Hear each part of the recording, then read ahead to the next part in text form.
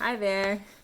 My name is Ebony Lace Foster, and my goal in entertainment is to become a screenwriter and executive producer of American film and television. My genres of focus will be science fiction, horror, and suspense. My journey has been one of faith and education in philosophy and theology. From military service overseas to educating underserved populations in the Deep South, all of these experiences have been deeply existential and life affirming. My experience has resulted in mastery over suicidal thoughts and an intense desire to share my path to self discovery and revelation.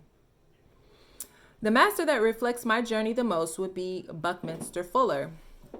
The calm way in which he deliberated the pros and cons of his death remind me of the times in my life when I felt that my efforts to achieve stability and success for myself were in vain. The habit of reasoning over the necessity of my continued existence was a question that would always arise when I felt most helpless and alone as a teen and young adult. Fuller himself was frustratingly gifted. He invented a new ore that helped him deliver mail more efficiently as a child. As a young man, he was accepted into Harvard but was expelled twice due to his inability to conform. Coming up, I too was gifted. Although not expelled, I left Emory University in the winter of 2003 listless and uninspired due to the rigidity that the environment demanded and my inability to adapt. During World War I, Fuller worked for the Navy, a path that I also understood too well. After graduating from Rollins College and working for a couple of years, I enlisted in the Navy in 2009 and began a lucrative career overseas serving in the Navy. Robert Greene states that one of Fuller's realizations is that people suffered more from sameness, from the inability to think of doing things differently, than from nonconformity. One of my questions that I would ask Fuller is about his desire to be a purist while creating the stockade building system. Looking at how this situation turned out, would he have rather used a higher degree of social intelligence and conformed to compromise with his father-in-law? My next question would be, how much of an impact would additional social intelligence have had on his invention, the Dymaxion car?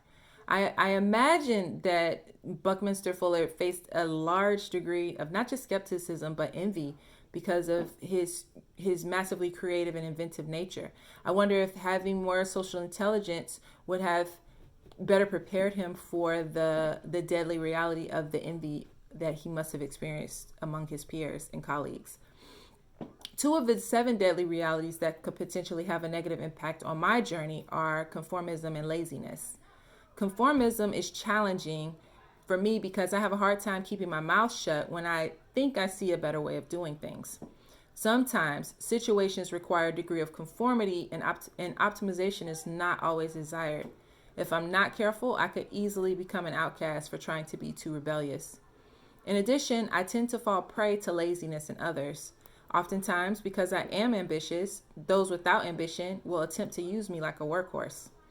It's the worst when it comes from a superior that has no ability to promote you, but can delegate their work to you.